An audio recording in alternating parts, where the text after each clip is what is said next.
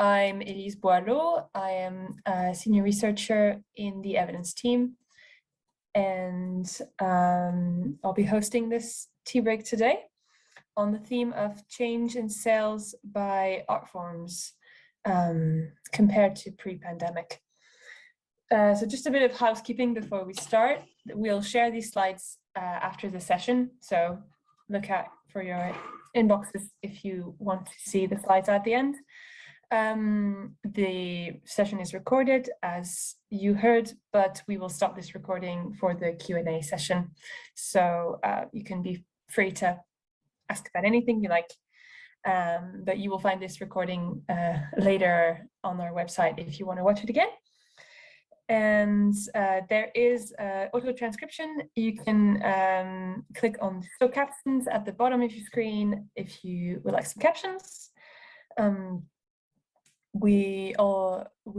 will be joined with a few colleagues presenting today, and we'll have everyone give a short audio transcription in a second for the purpose of the recording. So I'm a white woman with short black hair in my late 20s, and co-presenting with me today we have Oliver Mantell, who's my colleague in the evidence team.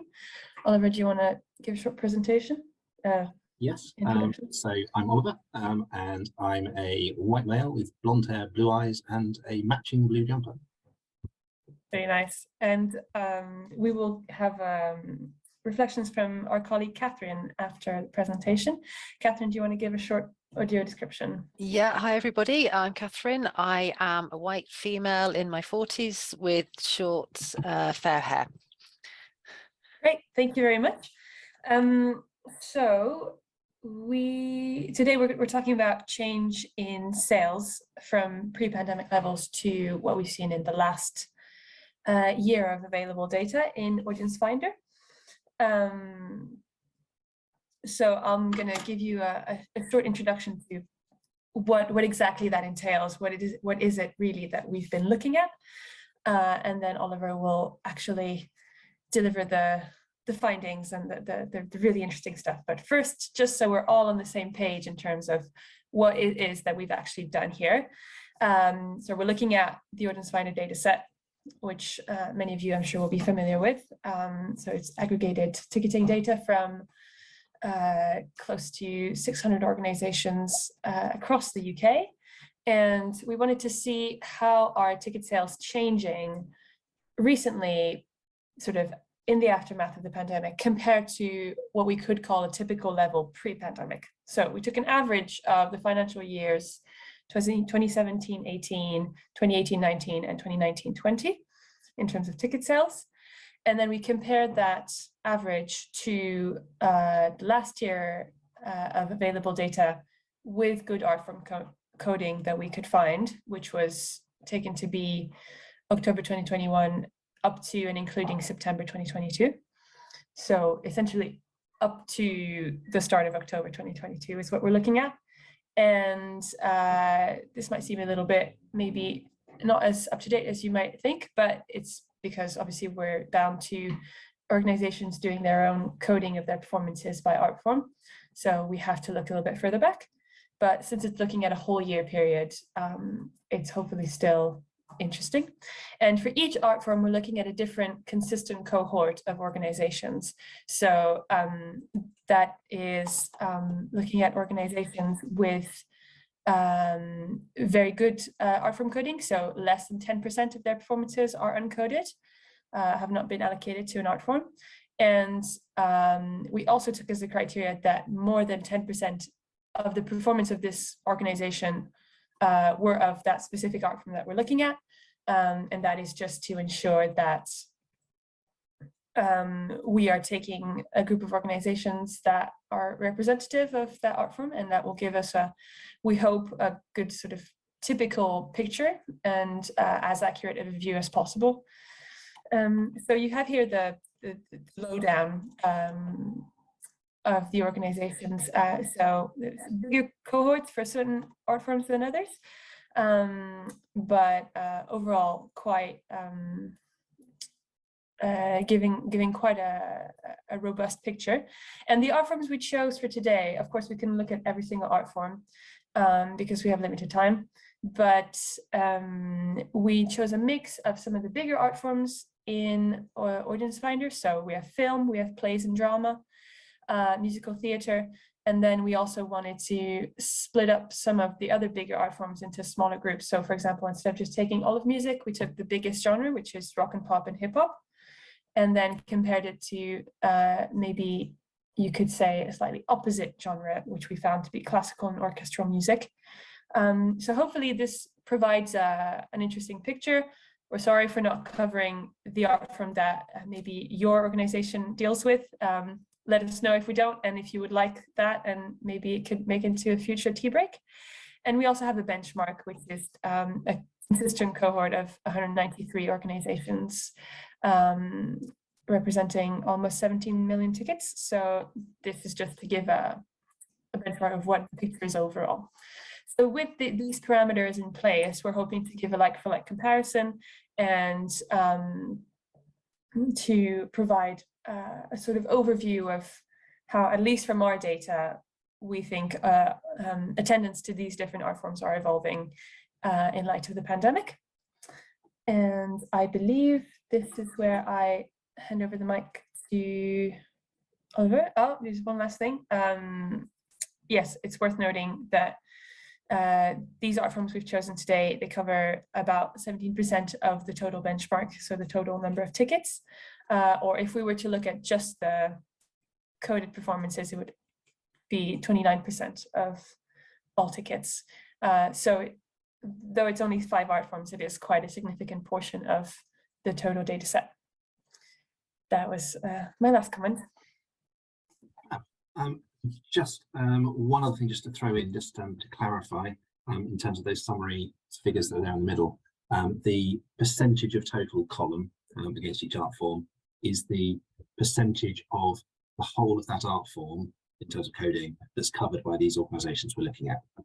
So that's why those totals don't add up to 100%. It's percentage within that. But hopefully you can see, we're talking, in most cases, dozens of organisations, hundreds of thousands of tickets. So it's quite a big, but very clean and comparable set of data that we're looking at. Is the plan. So let's see what it says. And in a way, this is a slightly bit of a spoiler, because we start with the thing you're probably all sort of waiting to hear, and then we'll continue to unpack it in successive layers as we go beyond there. So the headline, if you like, is that looking at these 5 art forms, so this is the number of tickets that were sold per art form for the recent year compared to the average of the 3 previous years. And we can see that overall, all of them are down, all of them are sort of below what they previously were, but some down further than others.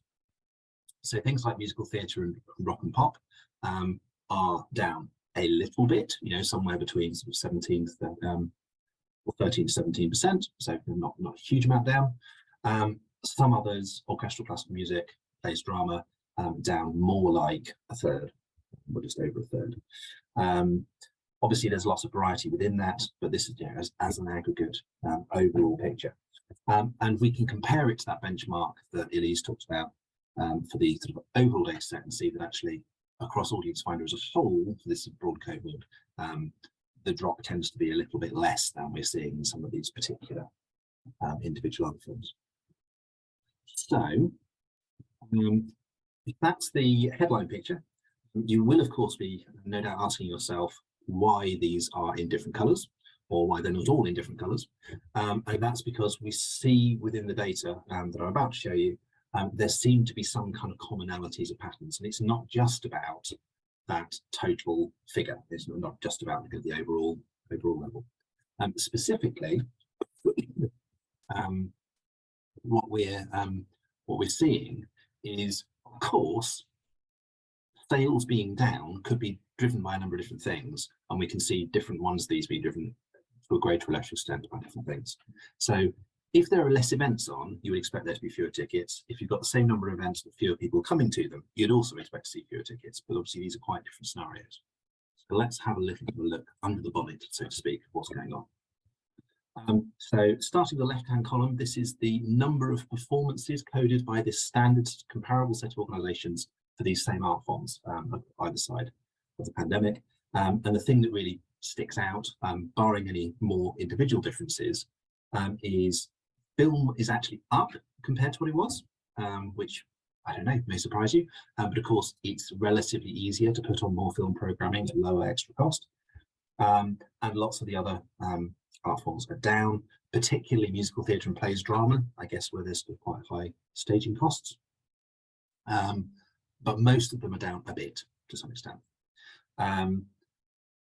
However, if we look at who's actually booking, film is putting on more events and getting pretty much the same number of bookers.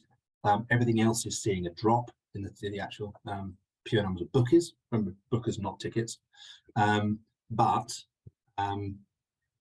there is a bit of a difference again between these kind of purple coded coloured ones where the bookers have dropped a bit, more like about sort of 10%-ish, and the other two where it's more like a quarter down.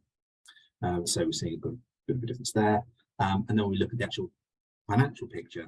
The financial picture is much healthier again for those purple ones, where it's pretty much back where it was, albeit not accounting for inflation, as opposed to the income level for orchestral, classical, plays, drama being pretty much in line with the tickets.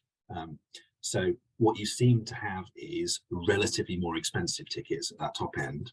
So probably some of the lower yield performances being the ones that get dropped out. As a result, the relative yield is higher. Income overall isn't particularly down, but what's happening is essentially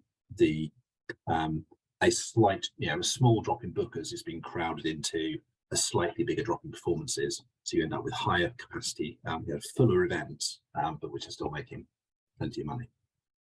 And we can see that if we add the next couple of columns, which is looking at tickets per performance and tickets per booker.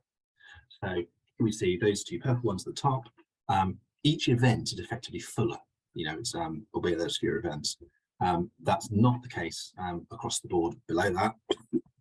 Obviously, the film audiences have dropped and the number of performances have gone up. You would expect that to drop as a result. But also notably, when we look at that last column, for those top two, where we often would expect maybe for them to be more infrequent in some cases, and more sort of one-off big ticket spends, people maybe wouldn't necessarily have booked that frequently in the first place, and that frequency is pretty much held up compared to pre-pandemic. Frequency levels have dropped elsewhere, even for the people that are coming back. So that really flags one of the notable things that I think we're seeing here, is that a lot of the talk, understandably, has been about which audiences are coming back or not. But the other key question is, if they're coming back, how often are they coming back? Are they coming back at the frequency they did before? Okay, so that's overview of how these different art forms are doing. This next slide, essentially between these two slides, it's all the data we're presenting. I'm just going to represent it in a couple of ways, other ways in a sec. But this is showing the change in the number of bookers split out by audience spectrum type. So audience spectrum being our segmentation model that groups the population based on cultural interest and level of engagement. They're listed out in full on the next slide, but essentially you've got relatively higher in orange and the orange titles, relatively medium in the sort of greeny, yellowy ones, relatively lower frequency attenders in the blue ones.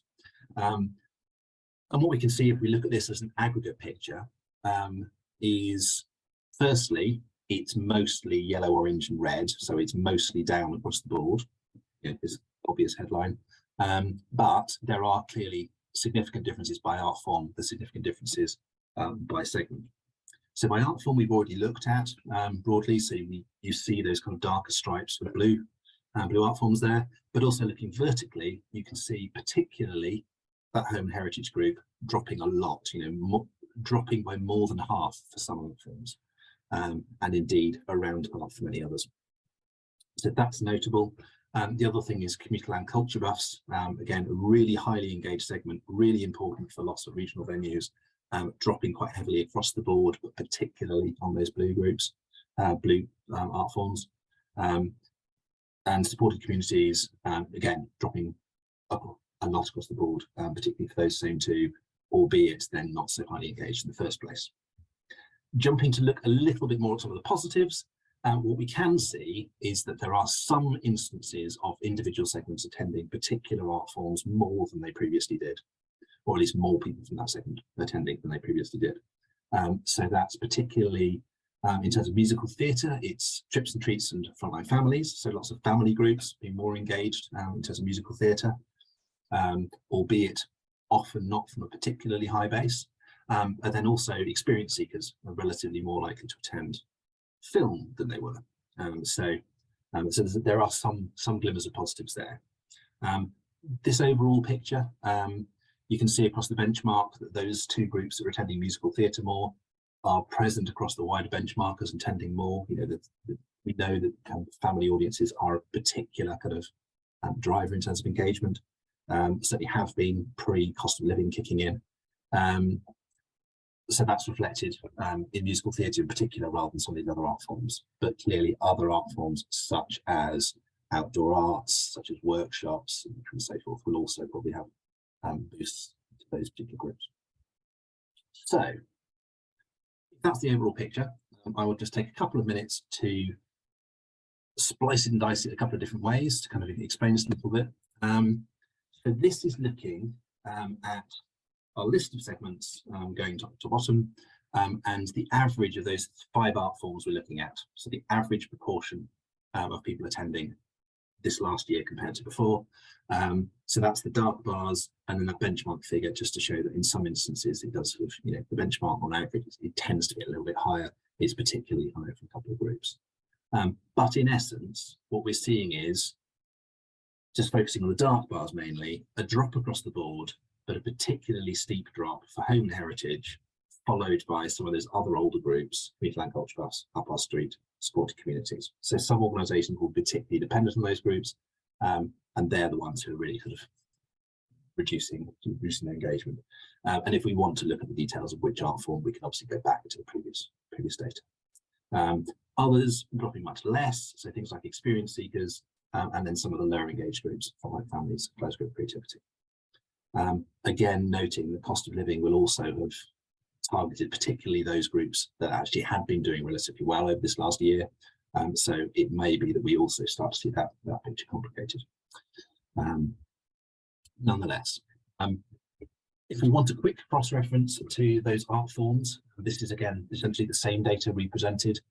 So we can see, looking here, where each of the data points match to the bar chart to the right, that essentially those blue art forms we were talking about, classical, orchestral, plays, drama, tend to be to the left. They tend to be lower across the board, and the purple ones tend to be to the right. But clearly the experience seeker engagement in film is really sticking out there on the right as the thing that they're most likely to be engaged in relative to before. And we also see a couple of those other spikes from musical theatre that we talked about. The other thing we can see when we look at this is that these lines, in some cases, are relatively close together, and in other cases are really widely spread. So you see the kaleidoscope creativity, they're all there or thereabouts, just slightly below previous levels of engagement. In other cases, let's say the trips and treats, it's really quite wide. For our families, it's really quite wide. There's a lot of variability in terms of how people are engaging by art form. And that's worth bearing in mind as well when we talk about these big aggregate trends. You know, what's the overall picture for an art form or overall picture for an audience? Then in some cases that's hiding a lot more variety than in others. And that's really what the next couple of presentations of the same information we're trying to flush out. This first one is looking at the overall change in sales. Well, that's the vertical axis, so the lower down it is, the more it's dropped. But then on the other axis, the key thing here is about just how variable are the results by different spectrum types. So if they're really consistent, they'll be on the left-hand side, they'll be, you know, heading towards no change at all. If they're out on the right-hand side, it means there's lots of variation, lots of sort of variation by type of audience. So essentially what we can see is musical theatre may not have dropped particularly much, but it's very, very variable by types of people. So some people are engaging more, some people are engaging a lot less. So it's really quite a volatile picture. Rock and pop and hip hop, not so much. It's dropped similar amounts, but it's much more consistent across the whole population. Yeah, sort of held up. And on the flip side, plays, drama, and classical orchestral, it's sort of moderate amounts of variation by segment, but the key thing is they're both kind of substantially down relative to other art forms in terms of overall sales change. So if that's that picture by art form, we can also then flip it on its head and look at how variable by art form is the behavior of particular segments. And here's the picture we get here. Both of these have been scaled by the size of them in the overall previous data set. I should probably flag, which is why plays drama looks so big. And here we see the big one that jumps out at us is commuter land culture buffs, really big audience group in terms of engagement, but also one of the ones that's dropping most, exceeded only really by of the major attenders by home and heritage, which are dropping absolutely loads. But again, lots of these are kind of somewhere in the middle in terms of some art forms they may be doing relatively better, some relatively worse, but it's not radically different case to case. But there are some exceptions. So frontline families, loads of volatility. You know, they're really exceeding what they've previously done for some art forms and actually quite heavily down for other art forms. Kaleidoscope creativity, on the other hand, relatively constant. So they've not dropped a lot, and it's pretty consistent picture across the different art forms. So this really flags where we need to sort of look under the bonnet of the data a little bit more carefully and sort of think, actually, there's an overall trend, but the trend is very, very dependent on the context. And just finally, to summarize, we put those two back together and just flap them on top of each other, a little overlay. It gives us a bit of a picture of which areas are we seeing lots of reduction. So we've got, you know, home and heritage, classical orchestral, plays, drama, community land culture buffs, some of these other older groups. Which areas are we seeing relatively less reduction, but lots of volatility? So frontline families, trips and treats, musical theatre, you know, lots of those family groups. And then finally, where we're seeing maybe less volatility, less reduction, a slightly more stable and consistent picture. So that things like rock and pop, kaleidoscope creativity, etc. So that's a quick overview of these broad trends we're seeing across these kind of consistent set of dozens of organisations. Of course, there's variety under the bonnet in terms of individual organisations as well, but hopefully this will give you perhaps a bit of context to see how whatever changes are happening for your organisation, how they might measure up, what the overall landscape will be looking like. So yes, so that's a quick overview. I will now pass over to Catherine for a little bit of sort of a reflection on what this might mean from a consultancy perspective. Thanks, Ollie. I've just sort of pulled out a few of the kind of things which have really stood out to me in this data, so hopefully some useful points for discussion. I think the first point I want to just reflect on for a moment is that huge dip within the home and heritage segment, that older group. And this is something we've absolutely seen reflected in the results in our cultural participation monitor as well, around this group's likelihood to return to culture. So the cultural participation monitor is our ongoing population survey that's started in the pandemic and is continuing on a rolling basis, sampling the whole population. It's also something I've seen reflected directly in the data of some of the organisations I've been working with. I think one thing to say on this, it seems to be a really big issue with this older group, and particularly around changing habits during the pandemic. We're seeing that, you know, there's potentially been quite a big loss of confidence in this group about going out, about mixing with people. Another sort of consideration for the group is that some may have aged really quite significantly over the last few years. We've got an older group anyway. And we may have seen almost an accelerated aging process, actually, which has been influenced by isolation during the pandemic. Declining health is likely to be a factor for quite a lot in the group as well. And alongside that, the drop off in commuter land culture buffs, the other group where we've seen a really kind of significant drop, is going to be a concern for quite a lot of organisations, and it might be particularly felt where that group make up a very big proportion of an audience attending an organisation because they're particularly highly engaged with that art form, attending very frequently. but in some cases a much smaller proportion of an organisation's local population.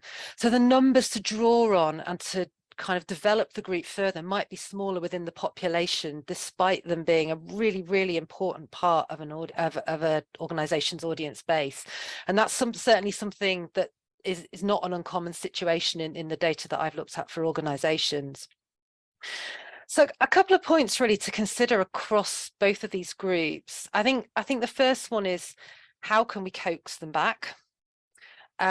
We know from the cultural participation monitor results that although we're seeing people going out and about doing all sorts of things again, mixing with people without masks, all that type of thing, we do know from the results from that survey that COVID safety measures are still an important consideration for really quite a large proportion of the population. So any reassurances around the measures that your organisation might still have in place are going to continue to be important for some time yet, based on the data that we have. Perhaps highlighting quieter times to visit, if that's relevant for your organisation, might be worth thinking about as well. And the second point on these two groups, but also where we're seeing other drop-offs as well that might be important to individual organisations, is just the importance really of planning for a loss of a certain percentage of these groups, and you know, actually that might need to involve planning for that being permanent to a point. I think about how that can be mitigated by attracting audiences of a different type from elsewhere. Just thinking for a moment about kind of really mitigating the impact of reduced audiences from some core groups and maximising the opportunities that we can see of some of the other groups. If you haven't already looked at them, the sub-segments for the audience spectrum segments give a really, really useful insight here to help you to better understand opportunities for each group, some of the barriers, and really how you can maximise potential within each of those audience spectrum groups. So if you haven't had a look at them yet, the subsegments break down each of the audience spectrum segments into two subsegments. So for example, if we consider for a moment experience seekers, the younger, highly engaged group, and we can see in the data that's just been presented that their attendance is up for film and has not had quite the drop-off for some of the other art forms as some other groups. So to understand how you can maximise opportunities within that group, it might be helpful to draw on the subsegments. And in the experience seekers case, they break the group down into students and recent graduates, and then into the more established and somewhat older professionals. So you can see how that might give you much more insight into the ways in which you might target them, communicate with them, and the types of things that might be appealing to each side of that group.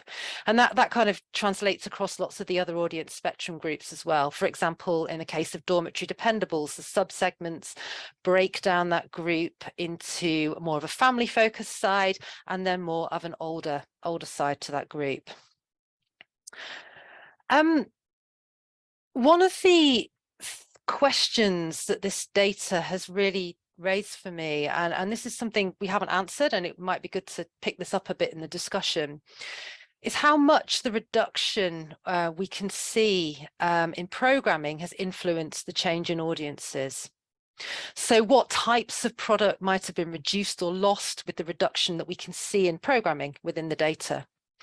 So, for example, we can see that both for musical theatre and overall, the family focus groups, trips and treats and frontline families have increased in attendance numbers. And we know generally that these younger groups have shown much more willingness to get out and about after the pandemic, so demonstrating really quite a lot of potential with these groups. On the other side, we can see, for example, that trips and treats have dropped off by over a third for orchestral and classical product. So to what extent is that because they're just less likely to book for that now? Or is it because programming of the types of things that we know that group are interested in, things like family concerts, more popular concerts, have been reduced in the overall programming? The last thing I just wanted to highlight, and Ollie mentioned this in the presentation, we can't, of course, see the impact yet in this data of the cost of living crisis, but really kind of keeping a close eye on audience trends and changes is really more important now than ever as we emerging from the pandemic in the current environment.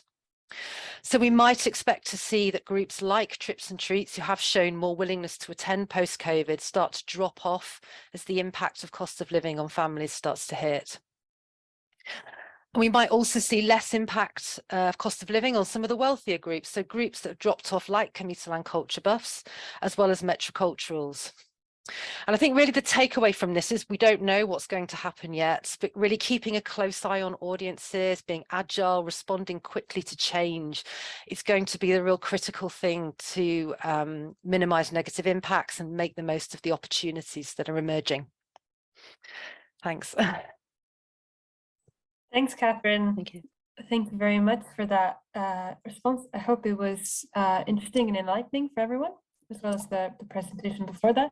Yeah, so to say thanks for coming. Our next session will be looking at the culture participation monitor data. So that's our large panel survey that's representative of the whole population. And we're going to look at a specific question where we ask people what were barriers to them attending more arts and culture in person. So tune in February if you want to find out about this, and then possibly later in the year with more art form change analysis.